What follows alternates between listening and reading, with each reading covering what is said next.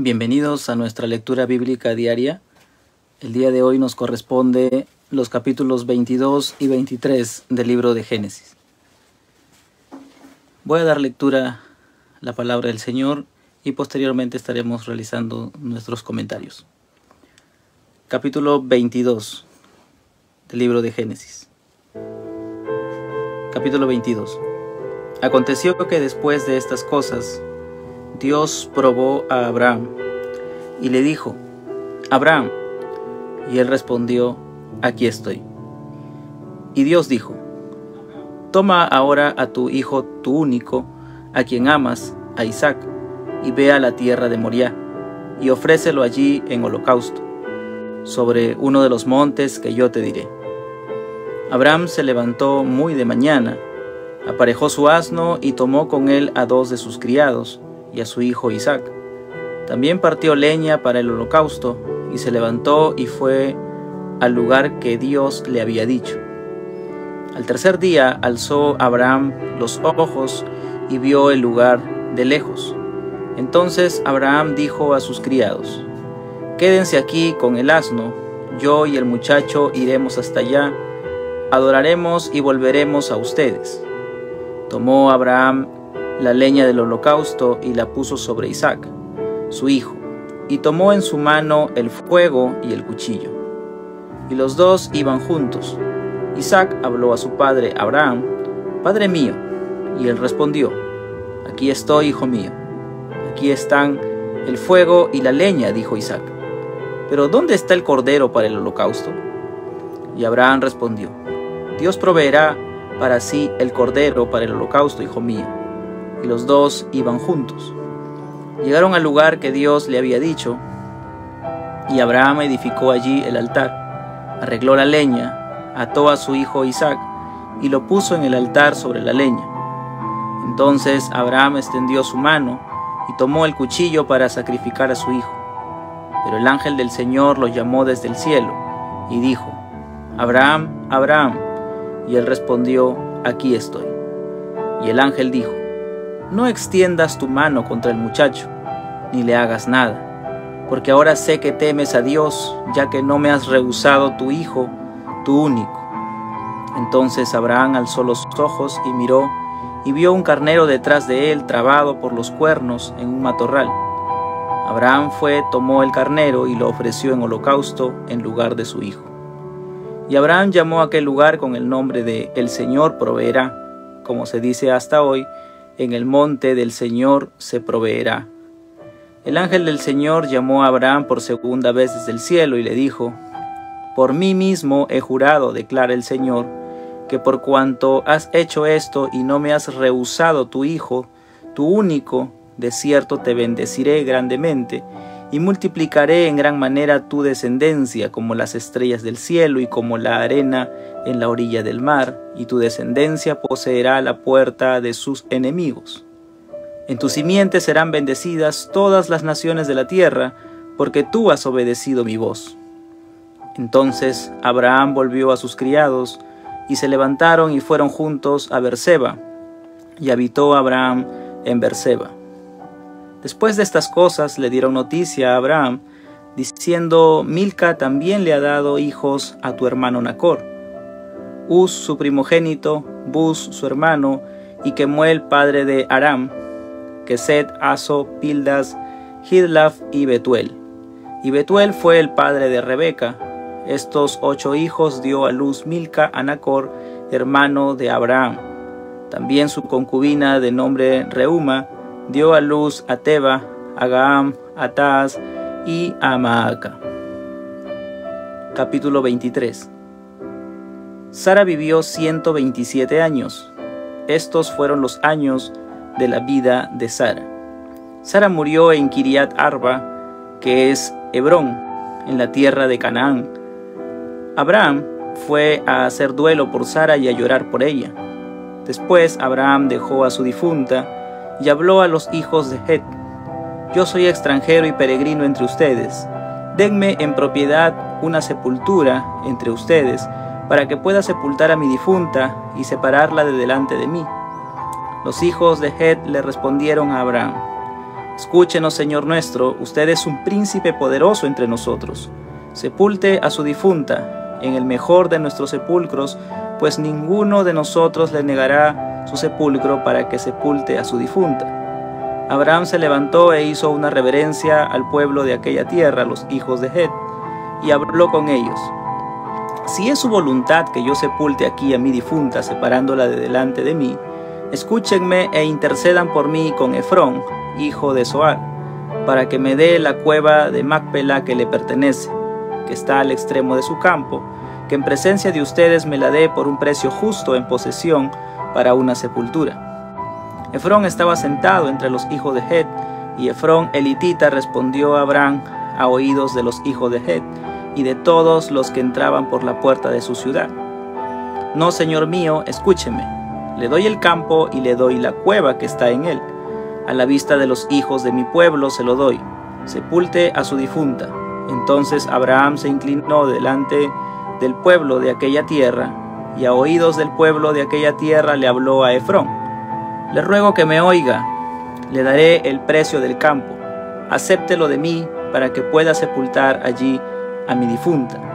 Efrón respondió a Abraham, Señor mío, escúcheme, una tierra que vale 400 siclos, es decir, 4.56 kilos de plata. ¿Qué es eso entre usted y yo?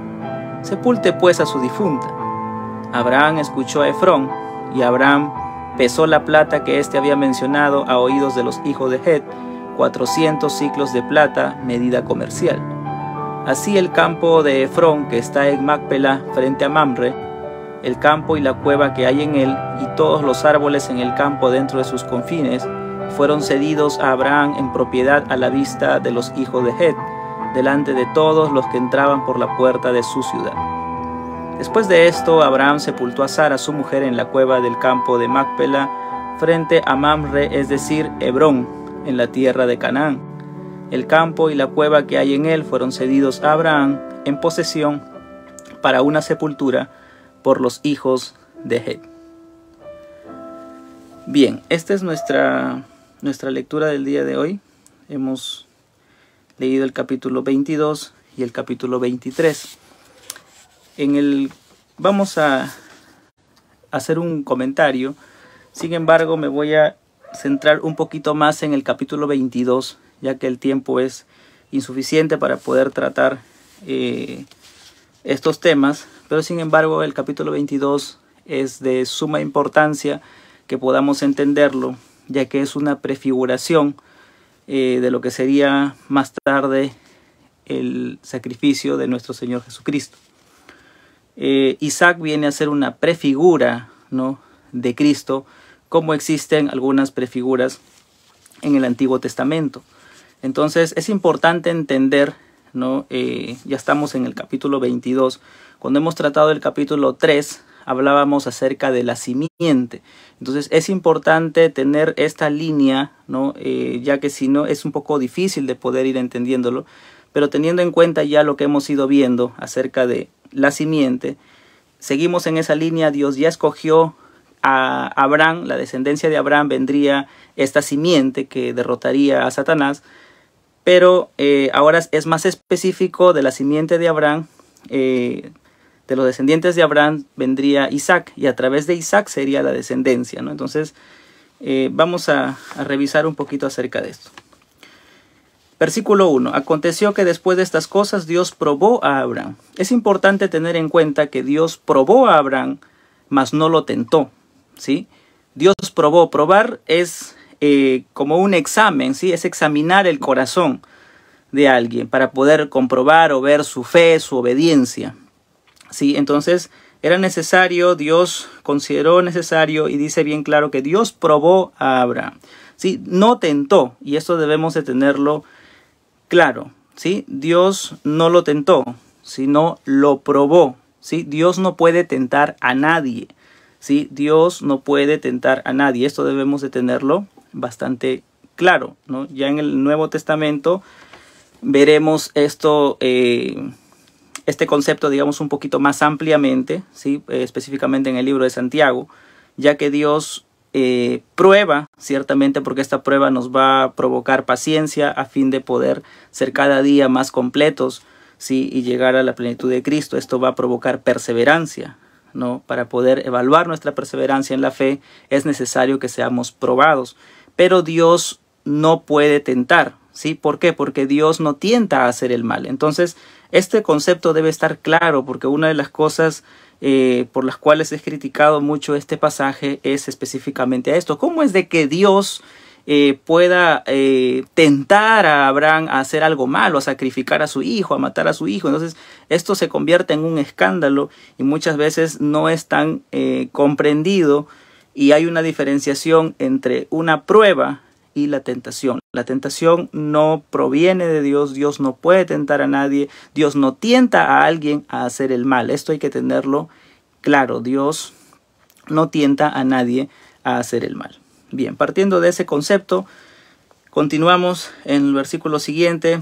En el versículo número 2 hay varias cosas ahí que revisar. Dice, y Dios dijo, toma ahora tu hijo, tu único, ¿no? Sabemos nosotros que el primer hijo de Abraham, ¿sí? Fue Ismael, el que tuvo con Agar. Sin embargo, Ismael ya salió, ya Ismael fue desheredado, ¿sí? Isaac sería el hijo de la promesa, puesto que así Dios lo había determinado. Entonces solamente había quedado Isaac. Ismael ya no estaba con Abraham. Por consiguiente es mencionado claramente este término, tu hijo, tu único, ¿sí? Y no es casualidad de que esté ahí esta palabra, porque es mencionada hasta 3 veces, en el verso 2, en el versículo 12 y en el versículo 16, ¿sí? El mismo término utilizado, tu hijo, tu único, ¿sí? Tu único es mencionado estas 3 veces. Es el mismo término que sería utilizado también más tarde en el Nuevo Testamento para nuestro Señor Jesucristo, mencionado como el único, ¿sí? Como el unigénito, como el único hijo de Dios. Bien, también es importante, dice, a quien amas, a Isaac, y ve a la tierra de Moriah. Moriah sería el lugar donde más tarde, ¿sí? Veremos cuando veamos la construcción del templo de Salomón.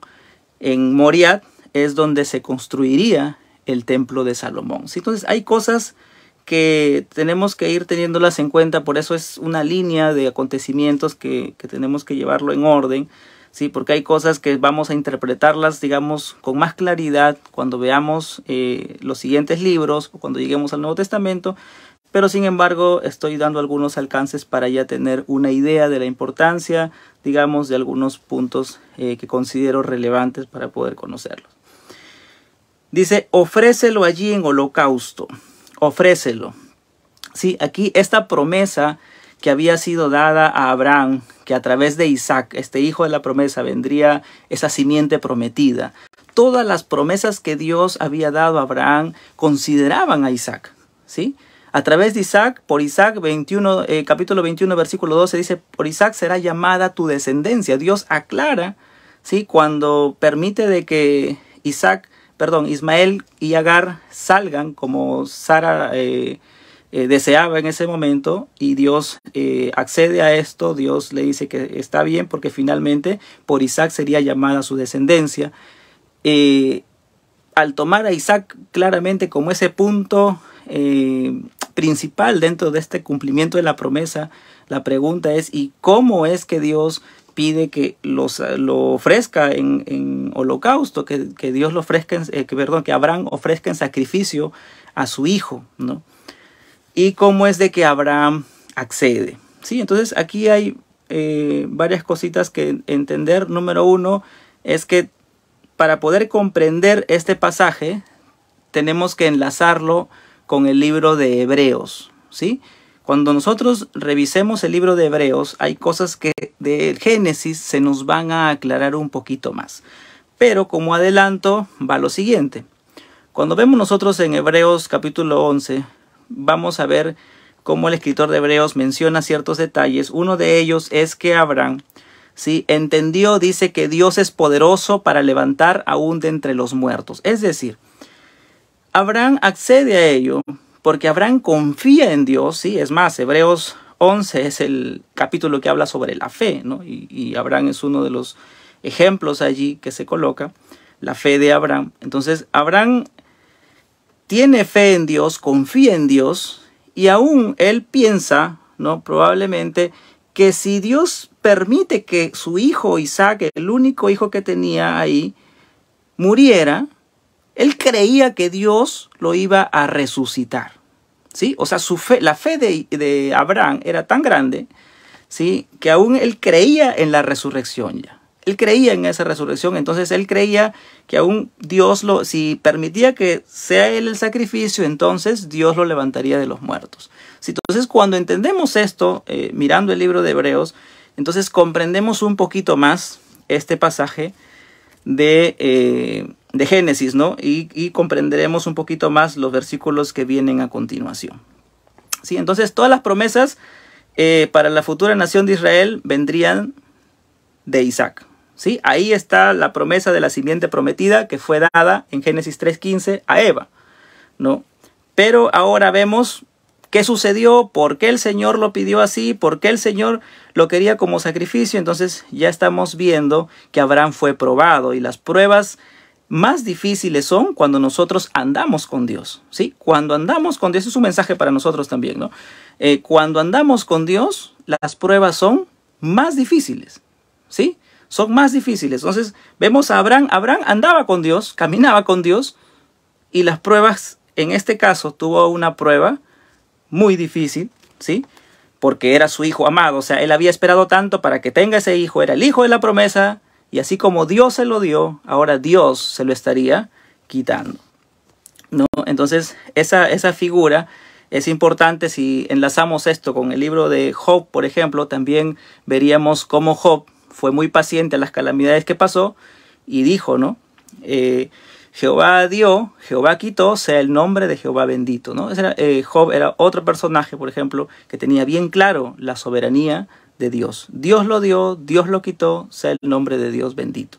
Entonces aquí vemos a Abraham bajo esa figura en el cual Dios le entregó a este hijo, y Dios le estaría pidiendo a ese hijo que él mismo le habría entregado. Entonces viene la prueba. Ya hemos mencionado acerca de la prueba, entonces, que esto nos va a ayudar a poder ser perseverantes, a poder evaluar nuestra fe, ¿sí?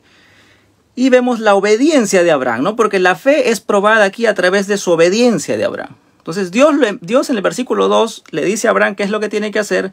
Y vemos en el versículo 3 inmediatamente que dice: Abraham se levantó muy de mañana, aparejó su asno, tomó con él a 2 de sus criados, a su hijo Isaac. ¿Qué significa eso? Que Abraham fue muy obediente. Ya lo hemos visto también en capítulos anteriores, la misma acción de Abraham. Cuando fue la circuncisión, el Señor le ordena y él ese mismo día circuncidó.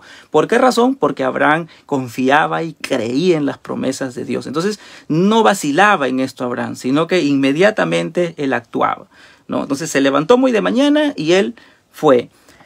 Sabemos por este mismo escrito en el versículo 4, ¿sí?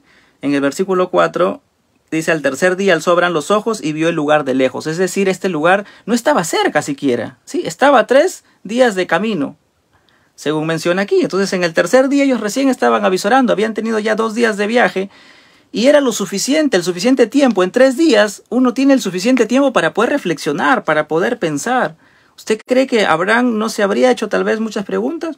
No lo sabemos, porque mucho pudo haber pasado en estos días. Lo que sí podemos saber es de que finalmente, habiendo tenido el tiempo suficiente para él reflexionar, él seguía creyendo a Dios, él seguía en esa obediencia, ¿sí? Claramente siguiendo hacia lo que Dios le habría enviado, ¿no? Entonces él sale de mañana, ya pasa el tercer día. Si hubiese tenido él alguna vacilación, algún disgusto, algún reclamo, ya el tiempo fue suficiente, y sin embargo él continuó. Versículo 5 dice: entonces Abraham dijo a sus criados: quédense aquí con el asno, yo y el muchacho iremos hasta allá, adoraremos y volveremos. Esta palabra aquí entendemos algo. Él tiene claro que él se va a adorar a Dios, ¿sí? Y dice: y volveremos. Entonces ya hemos aclarado cuando mencionamos en el versículo 2 que Abraham entendía de que si Isaac iba a ser sacrificado, Isaac sería resucitado, ¿sí? Por esa razón es de que este versículo 5 toma más forma cuando entendemos Hebreos. ¿Por qué razón? Porque aquí dice volveremos. O sea, Abraham confiaba, ¿sí?, en que Dios resucitaría a Isaac si es que él era parte de este sacrificio, ¿sí? Tomó Abraham la leña, dice, del holocausto y la puso sobre Isaac su hijo, y tomó en su mano el fuego y el cuchillo. Tomó Abraham la leña del holocausto y la puso sobre Isaac, ¿sí? La puso sobre Isaac. La palabra aquí traducida normalmente en las versiones en español vamos a encontrar que se traduce la palabra muchacho, que es la misma palabra que es utilizada, por ejemplo, para Ismael cuando sale con Agar, en los capítulos anteriores que hemos visto.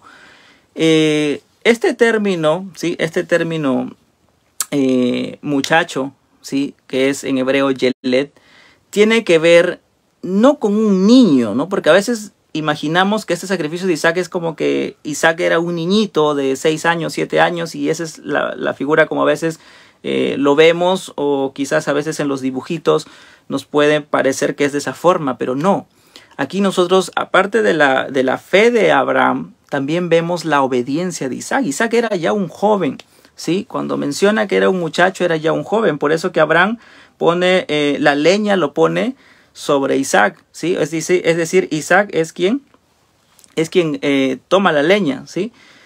Entendemos entonces que Isaac, siendo un joven, y Abraham siendo un anciano, fácilmente Abraham pudo, en vez de que Abraham ate a Isaac, Isaac lo pudo haber atado a Abraham y pudo haberse ido corriendo.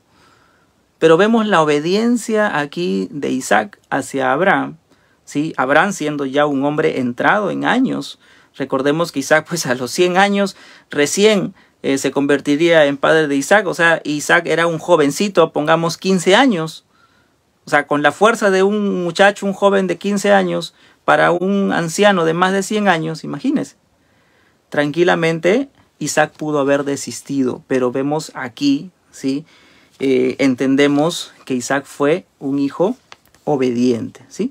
Fue un hijo obediente. Entonces Isaac no fue un niño, ese es un punto importante que hay que tenerlo en cuenta, sino ya era un joven. Versículo 8 menciona, dice, Dios proveerá para sí el cordero. Isaac se hace una pregunta y dice, Padre, ¿dónde está el cordero para el holocausto? Y Abraham le responde, Dios proveerá para sí el cordero para el holocausto, ¿sí? Abraham confía en que Dios es quien provee el cordero, ¿sí? Y esto, como les decía, es una prefiguración, ¿sí?, de Cristo, ¿sí? Es una prefigura, Isaac es una prefigura de Cristo. Y vamos a ver solamente 4 puntos así rápidamente. Isaac, ¿sí?, es esa prefigura de Cristo. Es decir, Isaac sigue obediente, entendiendo él, porque era lógico, estaba la leña, estaba el fuego, estaba el cuchillo, estaba todo, pero no estaba el cordero. ¿Usted cree que Isaac no sabía que él era el cordero al entender esto? Entonces, Isaac fue obediente, ¿sí? Cuando lo amarra a Isaac, sí, finalmente, llegaron al lugar, dice, Abraham edificó allí, arregló la leña, ató a su hijo Isaac y lo puso en el altar sobre la leña. Isaac no se daba cuenta que él era el cordero. Isaac no se daba cuenta que él era quien iba a ser sacrificado. Obviamente que sí lo sabía, pero sin embargo Isaac fue obediente hasta la muerte, ¿sí? Entonces eso es una prefiguración de Cristo, que Cristo, el Hijo de Dios, fue obediente hasta la muerte y muerte de cruz. Por otro lado tenemos a Abraham, ¿sí? Abraham, que no escatimó a su hijo, su único hijo Isaac, ¿sí?, para poder darlo en propiciación a este único hijo. Sin embargo, esto también es una prefigura de un padre que no escatimó a su propio hijo, siendo Dios mismo, siendo Dios nuestro Padre, entregó a su unigénito, a Jesucristo, para poder pagar el precio de su pecado y el mío también.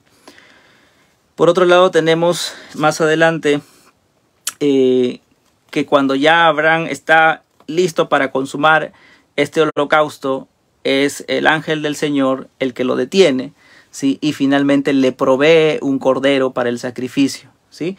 Le provee este carnero. Dice, entonces Abraham alzó los ojos y miró y vio un carnero detrás de él, trabado por los cuernos en un matorral. Dios proveyó, ¿sí? Dios proveyó para el sacrificio. Y Abraham había dicho, ¿no?, Dios proveerá. y ciertamente así se cumplió. Así como este cordero, ¿sí? Fue provisto por el Señor y sustituyó a Isaac, porque Isaac estaba ya en el altar puesto, pero ese carnero es el que sustituye a Isaac. De la misma forma, Jesucristo, ¿sí? Nos sustituye a nosotros. Lo que nosotros deberíamos pagar de ese precio de la ira de Dios, pues Cristo lo cargó en la cruz. Y eso, Cristo viene a ser nuestro sustituto, ¿sí? Y por otro lado tendríamos también una prefigura de lo que sería la resurrección, ya que Abraham creía que Isaac sería resucitado. Y finalmente aquí hay una forma, como lo dice Hebreos, ¿sí? De alguna forma hay un sentido figurado.